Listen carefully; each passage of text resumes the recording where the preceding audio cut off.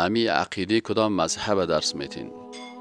یک گپ یاد بگیرین و به یادتان باشه انشاءالله خود میفهمین. عقیده قرآن و سنت و عقیده اهل سنت وقتی که گفته میشه، اهل سنت، کلمه سنت در عقیده در مقابل بدعت استعمال میشه. اینال عقیده قرآن و سنت، عقیده قرآن عظیم الشان است و آنچه که در احادیث صحیح رسول اکرم صلی الله علیه و سلم آمده است. از این خاطر کسایی که به قرآن عظیم الشان و سنت رسول الله صلی الله علیه و سلم واقعا یقین و باور دارن و عقیده خود ازی گرفتن، در مسئله عقیده هیچ بین فقهای اسلام اختلاف وجود نداره.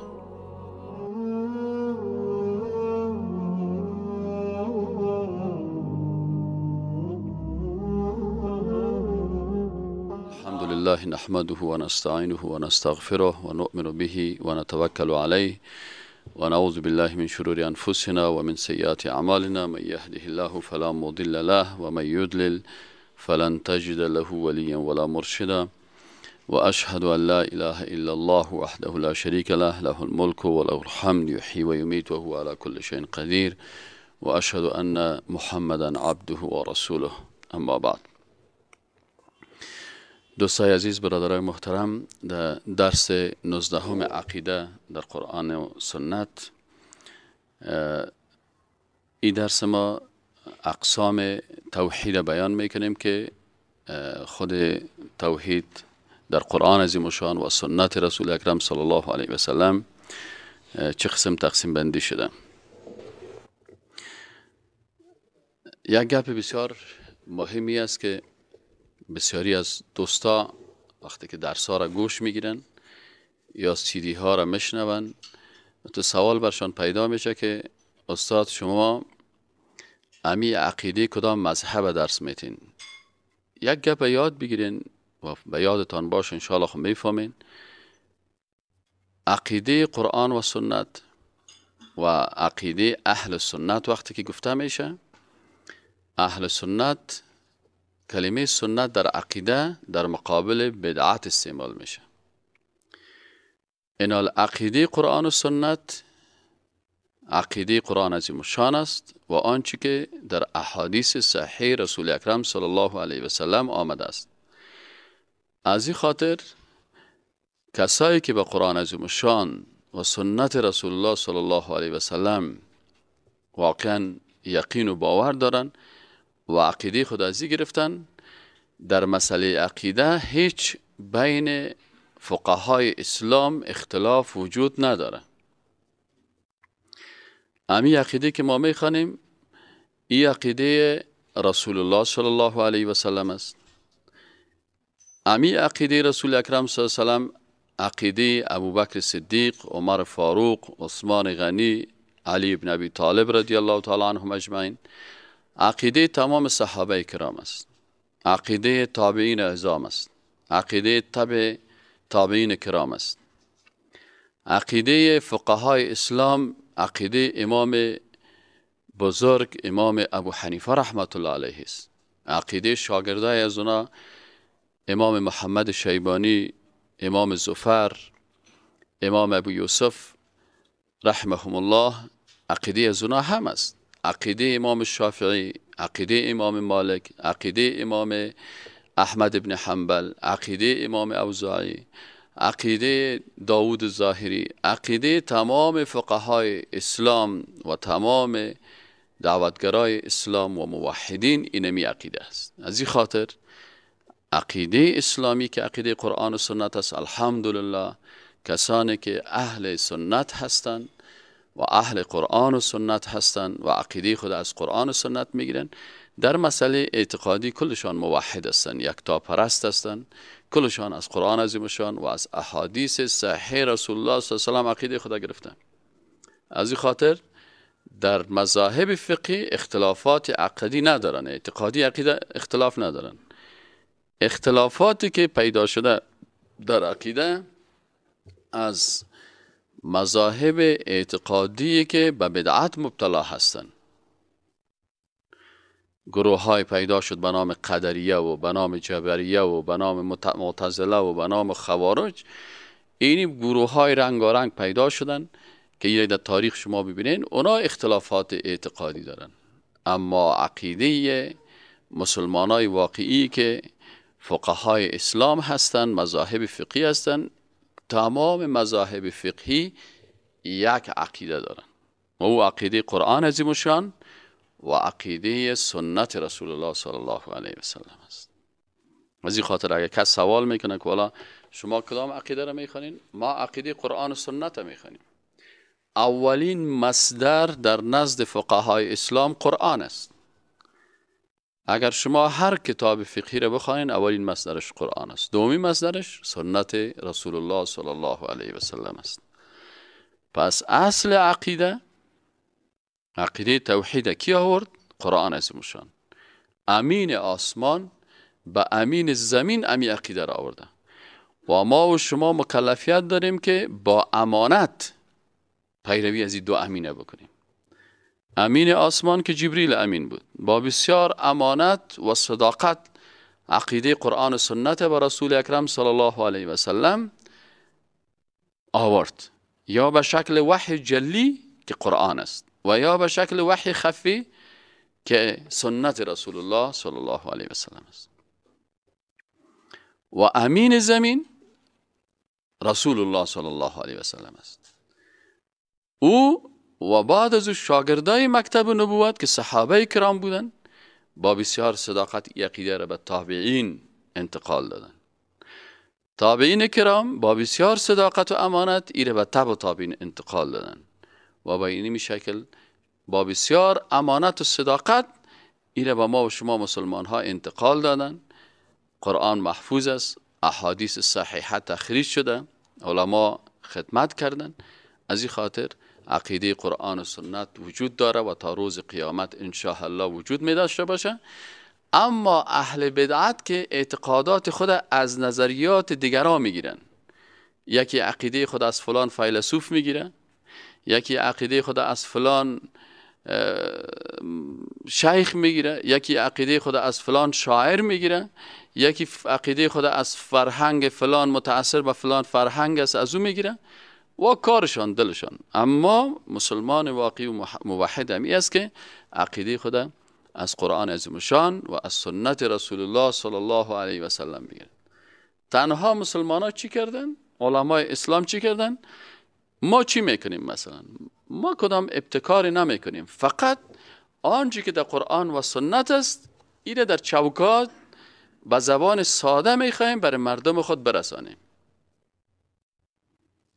به زبان ساده میخوایم برای کی برسانیم؟ برای مسلمان ها برسانیم. ایناله چه قسمی را میتونیم به زبان ساده که برشان شان کنیم؟ تقسیم بندیشه که چون در قرآن عظیم الشان آیات است مربوط به عقیده، آیات است مربوط به احکام، آیات است مربوط است به قصص القرآن، آیات است مربوط است به مثلا امثال.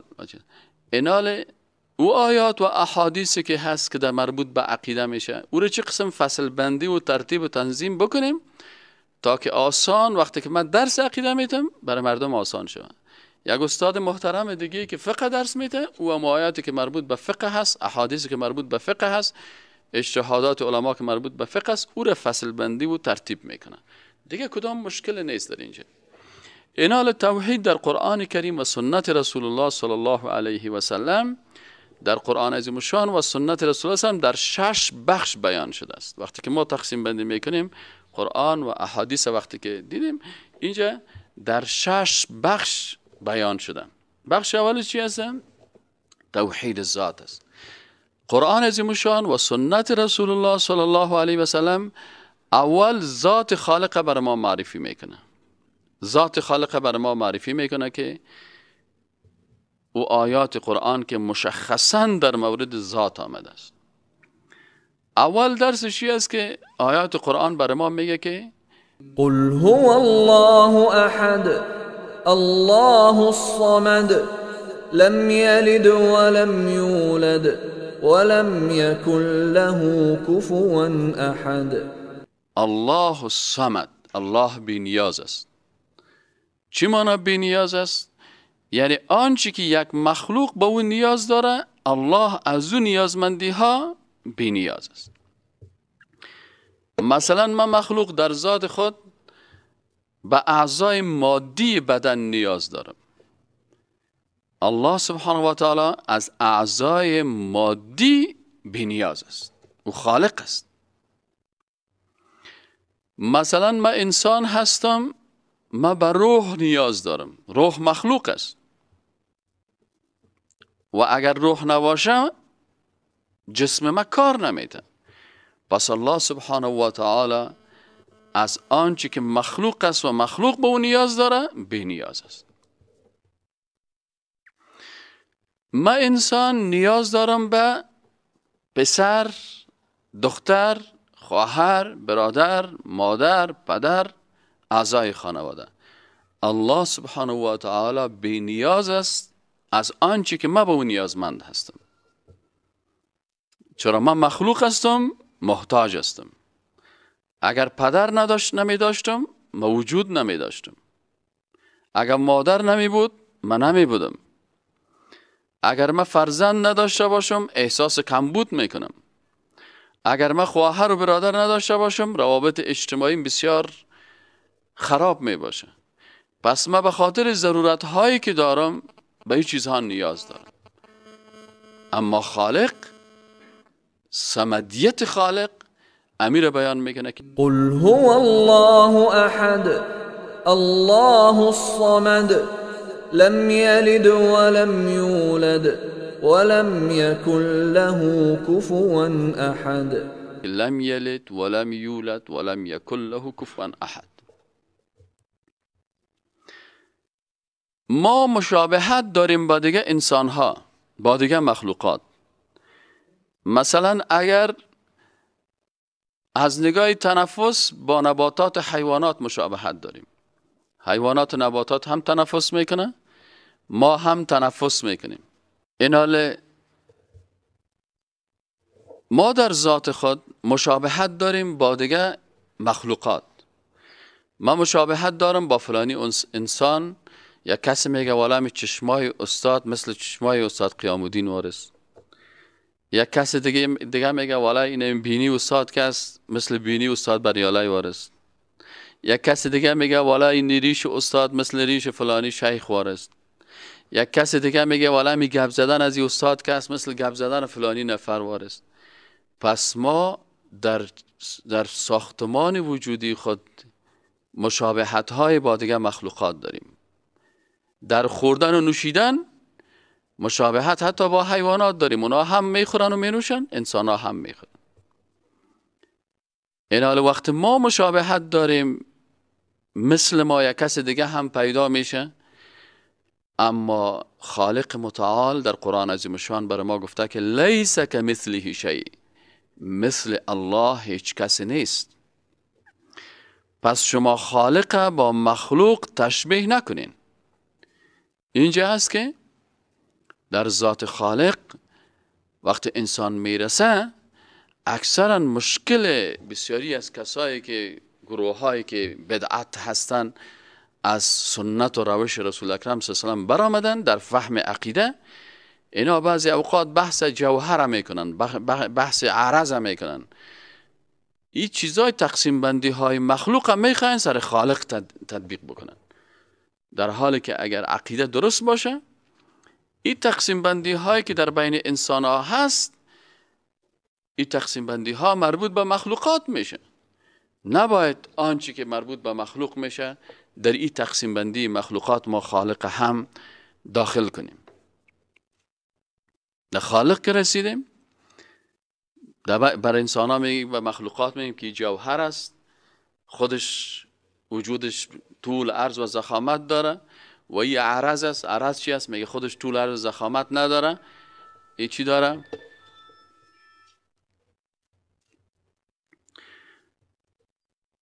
در عرض وقتی که میرسیم بگیم طول و عرض و ضخامت نمی داشته باشه، مثل رنگ وارث که قائم به دیگه چیزها می باشه.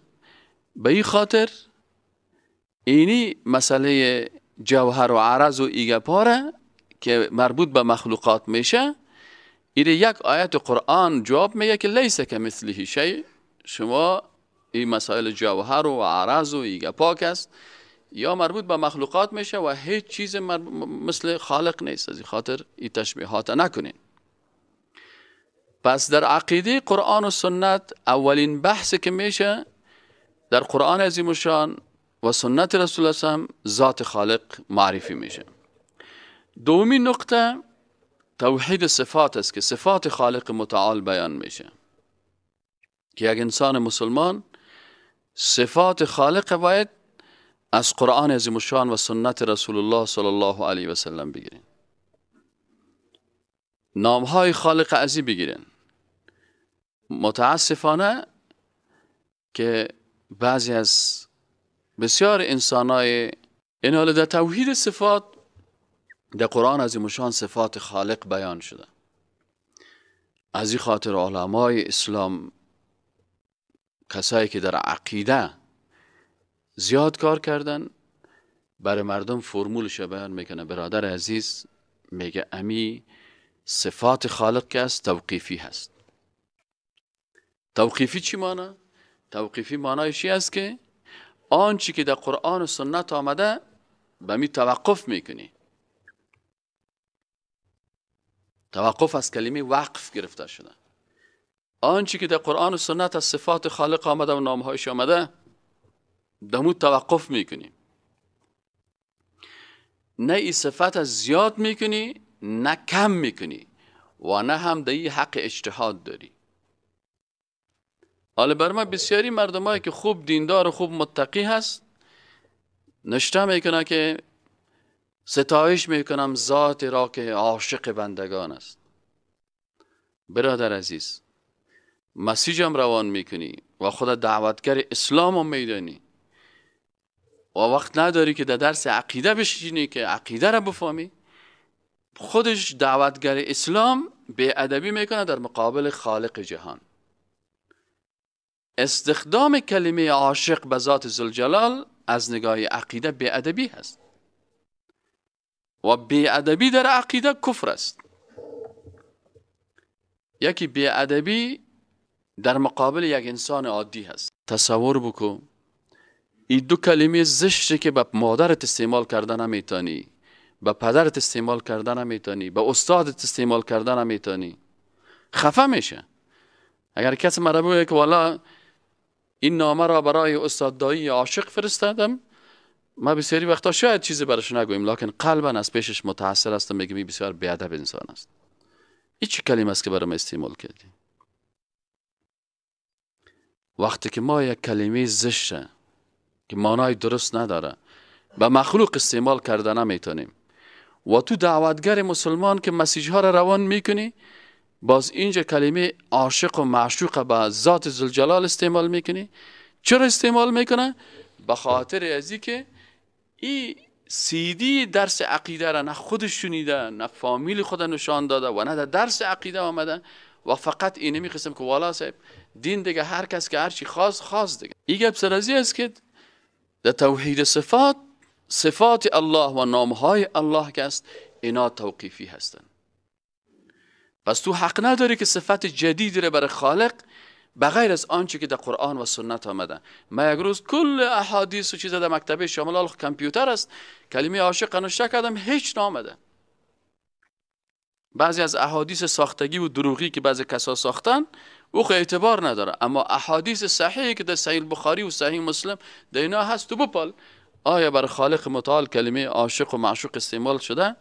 آیا صحابه کرام این کلمات استعمال میکردن یا که ما مریدان رو به سوی کعبه چون آریم چون رو به سوی خانه خمار دارد پیر ما بازور تشریح بکنه که والا صاحب منظور از حافظ شب معراج است و این شب معراج است و در شب معراج رو به سوی خانه خمار.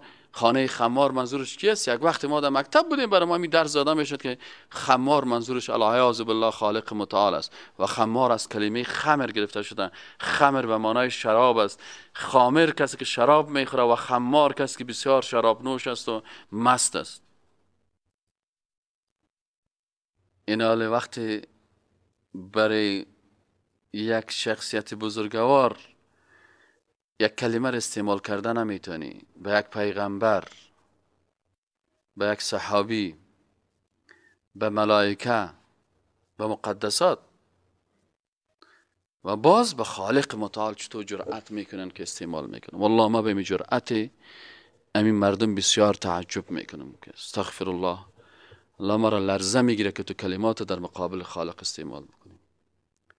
خالق میگه سبحان ربک رب العزت عما یصفون. سبحان پاک است، ربک پروردگارتون، رب العزت پروردگار با عزت و عظمت، عما یصفون از آن چی که او را توصیف میکنن.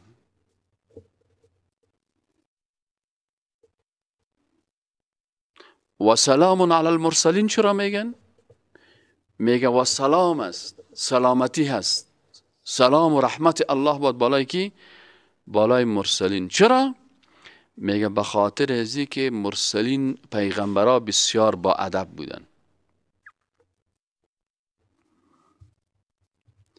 ادب داشتن که آنچه را که خالق خود به او صفت کرده بود امور اکتفا میکردن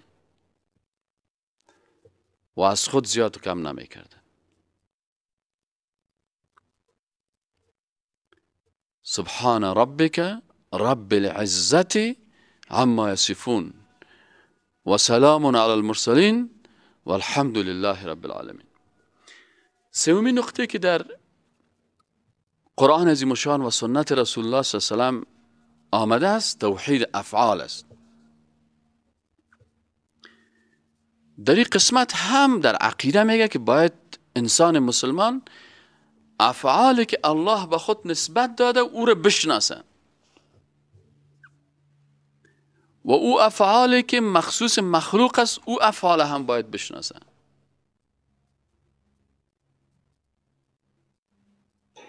و افعال خالق به مخلوق نسبت نده و افعال مخلوق به خالق نسبت نده و آنچه که مربوط خالق است او را از مخلوق تقاضا نکنه. این کلش فرمولای اعتقادی هست. مثالش مثلا سعی کنیم، میگه افعال خالق به مخلوق نسبت ندین. افعال خالق چی هست؟ یکی از افعال خالق خلق کردن است. یعنی الله خالق کل شیء، الله خلق کننده همه چیز هست.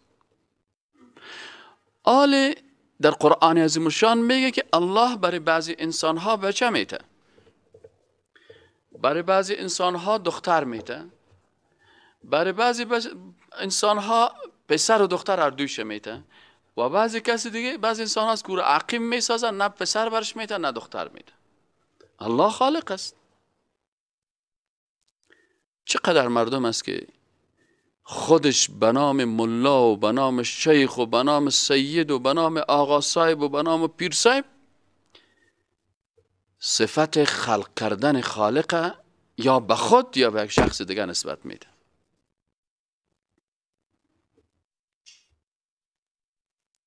یک تعویض میتمد که بچه دختر شوه، یک تعویض میتمد که دخترت بچه شوه،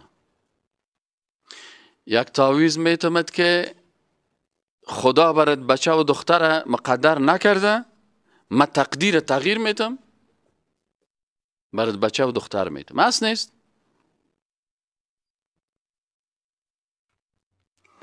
ایوازی که مثل و سلام علی المرسلین وقتی که چرا گفته شده؟ به خاطر ازی که پیغمبر میفهمید که ما بچه و دختر خودم برای خود داده نمیتونم. ابراهیم علیه السلام ریش سفید میشه، ملائکه پیشش میان، باز او برش خبر میده که خدا تو را بچه میده. خانم ابراهیم علیه السلام فسکت در روی خود کت سیلی میدنه که دی پس پیری من صاحب اولاد میشم. هل اتاک حدیث ضیف ابراهیم المکرمین اذ دخلوا علیه فقالوا سلام قال سلام قوم منکرون. میگه یک تعداد میمان آمدن پیش ابراهیم علیه السلام و برش سلام دادن، گفت سلام علیکم، شما کسایی هستین که من شما را نمیشناسم. خب خلاص میمان است دیگه. فراغ الی اهلی، رفت ابراهیم علیه السلام پیش اهل خود، اعضای خانواده خود، اهل بیت خود. اهل بیت چی رو میگه؟ خانم و فامیل خود رفت. و وقتی که پیش اهل بیت خود رفت، اهل بیت خود رفت، فجاء بعجل سمین، یک گوسالی خوب چاق غذا پخته کرد، کبابش کرد یا شوروا کرد یا هر چی کرد، آوردی رو پیش میمانای خود. مان که بخورین، دید که میمانا نمیخورن. ابراهیم علیه السلام ترسید. قالوا لا تخف، گفتن نترس، ما غذا به خاطر از این نمیخوریم که ما ملک هستیم. و بشروه بغلام علیم. قرآن میگه برای ابراهیم علیه السلام اونا بشارت دادن. خب ابراهیم علیه السلام برای خود بچه داده میتونست؟ نه، ملائکه برش خبر دادن که الله برای تو در سن پیری بچه میده. و سلام علی المرسلین که در قرآن میگه علتش اینمی است که پیغمبر ادب با خالق میشناسه. و غضب خدا سر یهود و نصارا به خاطر از این نازل شد که یهود بی ادبی در مقابل خالق میکردن و یهود به خاطر از این در لعنت خدا گرفتار شدن که خود عالم میگرفتن، خود شیخ میگرفتن، بزرگ میگرفتن، لکن در مقابل خالق بی ادب بودن.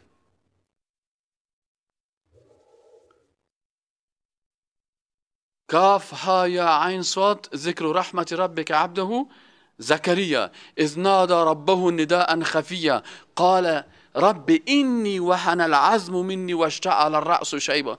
بخونین ترجمهش که چی میگه قرآن عظیمشان. قصه زکریا علیه السلام میگه که زکریا علیه السلام آمد به پروردگار روی خدا دور داد و رفت در بیت المقدس. در اونجا بود که رب ای پروردگار من اینی مکستم وهن العظم منی، استخوانایم پوسیده شدن، واشتعل رأس شیبی، پروردگارا سرم سفید شده، ولم اکن بدعائک ربی شقیا، پروردگارا ما از اولاد بچه پیش قبر کدام پیغمبر نرفتیم که برای ما بچه و دختر بتی، بر تو رجوع کردیم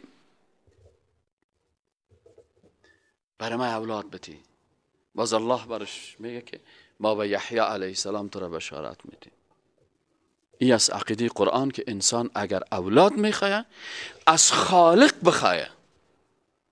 اما امروز چقدر مردم است، شما برین یک روز چهارشنبه در شاهد شمشیره که چقدر زنا از طوقهای زیارت بچه میخواین.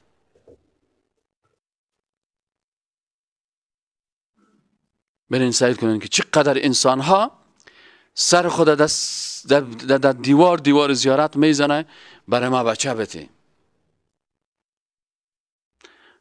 در هندوستان وقتی که ما رفتیم در شهر ممبای، اونجا زیارت حاجی علی است و او طرف دیگهش که بری مندر است. اندو میگه چی فرق است بین مسلمان و اندو؟ ما از رام و از شام میگیم که ای بگوان بچه دیدو، یا مسلمان های شما میگه که ای حاجی علی بچه دیدو. اندو میگه که حاجی علی اور رام اچھی آدمی تی، و هم خوب آدم بود و هم خوب آدم بود. ما از او خوب آدم بچه میخواییم، شما از این خوب آدم بچه میخواین. پس فرق میان من و تو چیست بگو؟ What is the difference between Hindu and Muslims؟ خودم اندو کتما جاره بحث داشت. گفت what is the difference؟ گفتم there is a lot of differences. گفت don't talk. I don't want to listen. I want to see. من نمیخوایم که کس برای من گپ بزنه. من عملا برای من نشان بده. عملا من اندو پیش بت میرم و از او بچه و دختر میخوایم. عملا تو مسلمان از حاجی علی میری در بمبئی بچه و دختر میخوایی. پس what is the difference between Hindu and Muslim؟ تو ما تو یکی هستیم. ما برش گفتم که نه برادر، ما از خالق متعال میخوایم. گفت این گپ است. This is your idea. Where is your action؟ کجاست؟ عملا نشان بده. گفت نشان داده نمیتونیم، بیا که من نشانت بدم. رفتیم صاحب در زیارت حاجی علی. 20 نفر از سر قبر حاجی علی سر خود ماندن که حاجی علی بچه دے دو، حاجی علی لڑکی دے دو. گفت کیا ہے؟ اندو در گرد بگوان تار تاو میته، بازو تار میاره قیچی میکنه در گردن کی میپرته؟ اشتکای خود در گردن دستاش میپرته. مسلمان عین تار در گرد قبر اجمیر اندو تبله میزنه برای رام خواندن میکنه. مسلمان تبله میزنه برای قبر در اجمیر شریف صاحب میکنه. پس بین ازی مسلمان و بین ازی اندو والله پیش اون دود دان ما را خوش کردن، خدایا را خیر نده. یعنی از زبان بسیار هم برق وارست پیش هیچ کس بند نفته، لکن عملا فین بیسه اینه بیسه. پس ما هم دول میزنیم، شما هم دول میزنیم، ما هم میرقصیم، شما هم میرقصیم، ما هم از مخلوق اولاد میخوایم، شما هم از مخلوق اولاد میخوایم، ما هم گرد بگوان تار بسته میکنیم، تارش قیچی میکنیم در گردنش چیکار خود میبردیم، شما هم در گرد از این قبر چیز میگیم. فقط از ما بگوان است، از شما قبر است. پس چی فرق است بین ما و شما؟ ما هم در پیش بگوان میتایی میخوریم، شما پیش قبر جلی میتایی میخورین. ما میله میگیریم، شما هم میله میگیریم. از این خاطر رسول اکرم صلی الله علیه و سلم دعایشی بود و الله قبول کرده، گفت اللهم لا تجعل قبری وثنا، خدای قبر مرا مثل بتواره نسازی. خدای قبر مرا بتواره نسازی. و باز در آخرین مرحله حیاتش گفت که برای امت خود توصیه داشت که لعن الله اليهود والنصارى اتخذوا قبور انبیائهم مساجد. لعنت الله سر یهود و نصارا. چرا؟ قبرهای پیغمبرای خدا سجدگاه قرار دادن، پیش قبر پیغمبر سجده میکردن، پیش قبر پیغمبر ایدگاه جور کرده بودن، سر قبر پیغمبر محفل میگفتن، سر قبر پیغمبر قالی نوار کرده بودن، در 4 اطراف قبر پیغمبر طواف میکردن. گفت لعنت خدا سر از اینا نازل شد.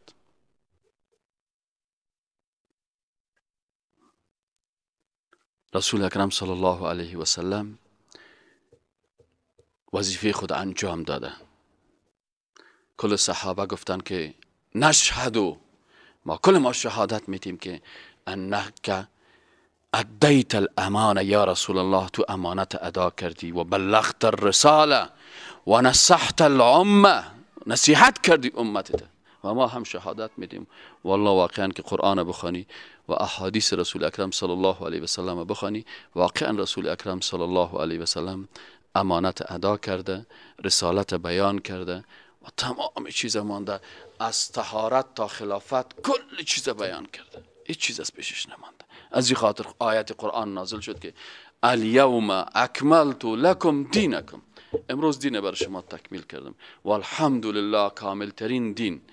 ما در پوهنتون نظام سیاسی اسلام درس میتم در یک صنف که سیاست اسلام بخوانی که در هر بخشش آیات و حدیث است.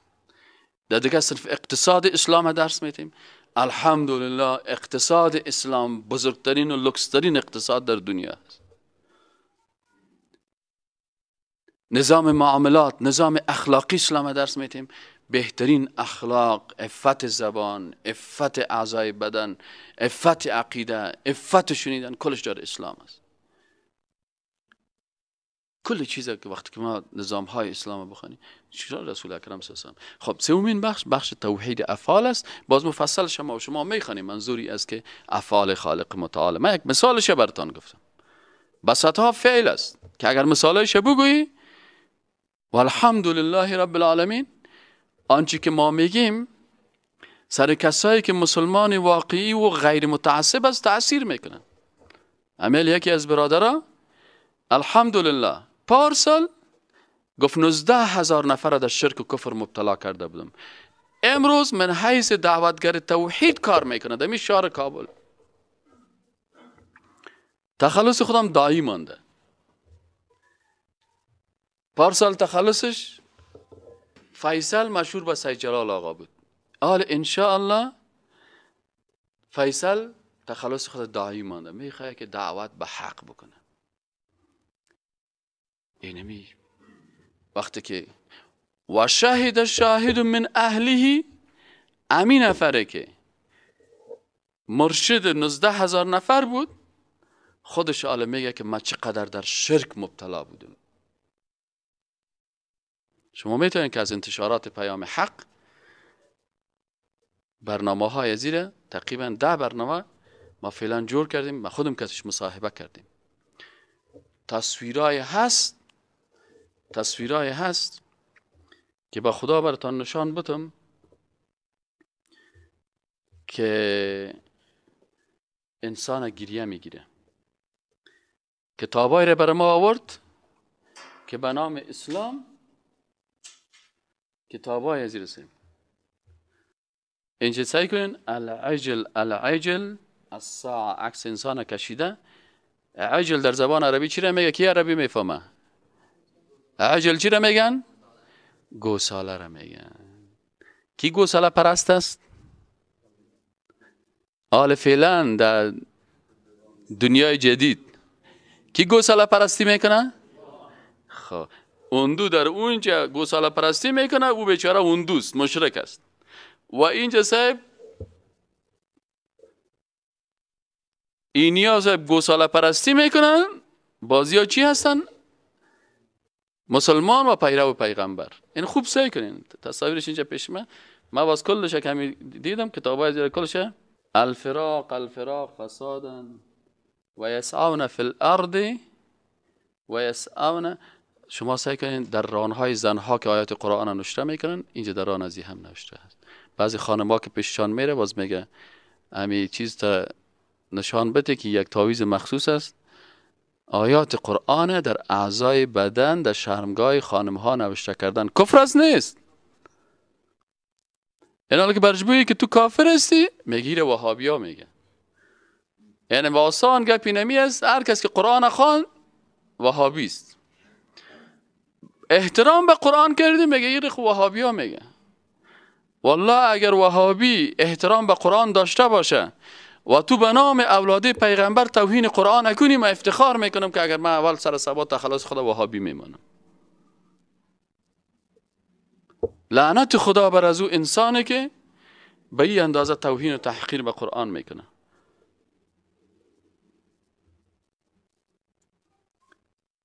اونجا پایای اسکلیت است. فهم لا یبصرون. آیات قرآن میبینن نه؟ ها؟ ما خواهد استادایی نیستیم که تو قصه بکنیم برای مردم. کل چیز سند است، مستند، کتابایش کلش برای من داد. امیال پیش من کلی نمی کتابا هست. برنامه چی است استاد قیام الدین؟ توی میم تم میخوانی یا تم میخوانی هندی. این از اونجا گرفته آمده باز از این طریق برای مردم اسلام چیز میکنه. خوب سعی کنید تم هندی ره. یا کاکائیل در پایش میبینی؟ یا کلکائیل عزمت علیکم یا معشر الشیاطین الموکلین علی هذه العزیمه. خوب ببینن که به ابلیس ارتباط دارن ندارن. میگه عزمت علیکم، عزم کردم بالای شما، یا معشر الشیاطین، ای معشر شیطان هایی که موکل هستین به این تعویض، احرقو، سوختم دل و جان اسرافیل، ازرائیل، جبرائیل، میکائیل زیر پایای ازی میبینی؟ در اینجا به حق بدو حب ودود به حق حلق نام خدا را. کفر چی است که نام الله را که نام شیطان این یک جای کو تاکین کارش کن فیکون در دم بگشتم آیات قرآن. سعی کن توهین است نیست. یعنی جادوگر و تعویضگرایی که قسمی تعویضا میتن یا چرا کافر میشن؟ به خاطر ازی که هو الذی خلقکم دو چیز شکل و جعل منه الزوجین الذکر و الانثی. در کجایش نشته کرده؟ در پایش نشته کرده نکرده؟ اونو در قدم‌ها و در پایش. در میسر سینه ازی نشته کرده به حق ابو مره ابلیس. به حق کی؟ ابو مره ابلیس. یعنی این تعویض به حق ابلیس نوشته میکنه. کسی که تعویض در گردن خداویزان میکنه مسلمان است. کسی که نوشته میکنه مسلمان است. کسی که عقیده میکنه مسلمان است. خلاص. چهارمین موضوعی که در قرآن عظیم الشان سر از او بحث میشه توحید عبادات است. قرآن عظیم الشان ایاک نعبد و ایاک نستعین و الهکم اله واحد، معبود شما معبود یگانه هست. پنجمین موضوعی که در قرآن عظیم الشان است توحید تشریع و تقنین است. یعنی انسان موحد که میگیم لا اله، اله چی را میگن؟ کسی که ذاتش عبادت میشه و قانونش تطبیق میشه. حالا وقتی که میگیم لا اله نیست هیچ کسی که ذاتش عبادت شوه و قانونش تطبیق شوه الا الله، بغیر از الله سبحانه و تعالی. پس این در قرآن است توحید تشریع و تقنین. و ششمین موضوعی که در قرآن است توحید نام ها هست که 99 نام است. از این 99 را 100 ساخته نمیتونی و این 99 را 98 ساخته نمیده. اونمو چیزی که در قرآن و سنت است این را علما جمع کردن و انشاءالله در بخش توحید نام ها و صفات بازی را سرش گپ میزنیم. اینال علمای اسلام، دانشمندای اسلام، اینمی اقسامی که در قرآن عظیم شان که در توحید دمی 6 باب اومده این در سه تقسیم کردن کلشون. 3 بخش ساختن که اول توحید ربوبیت است که در افعال خالق کلش جر و بحث میشه. دوم قسم تقسیمشان چی است؟ توحید الوهیت است که در توحید الوهیت ام توحید عبادت است و ام توحید اطاعت از قانون است، اطاعت از اوامر است. yes. و سومش توحید اسما و صفات است که انشاءالله توحید اسما و صفات باز ما و شما امی اقسام توحید سر از هفته آینده بخیر درس ما باز بخیر قسم اولش توحید ربوبیت هفته آینده بخیر شروع میکنیم و السلام علیکم و رحمت الله و برکاته.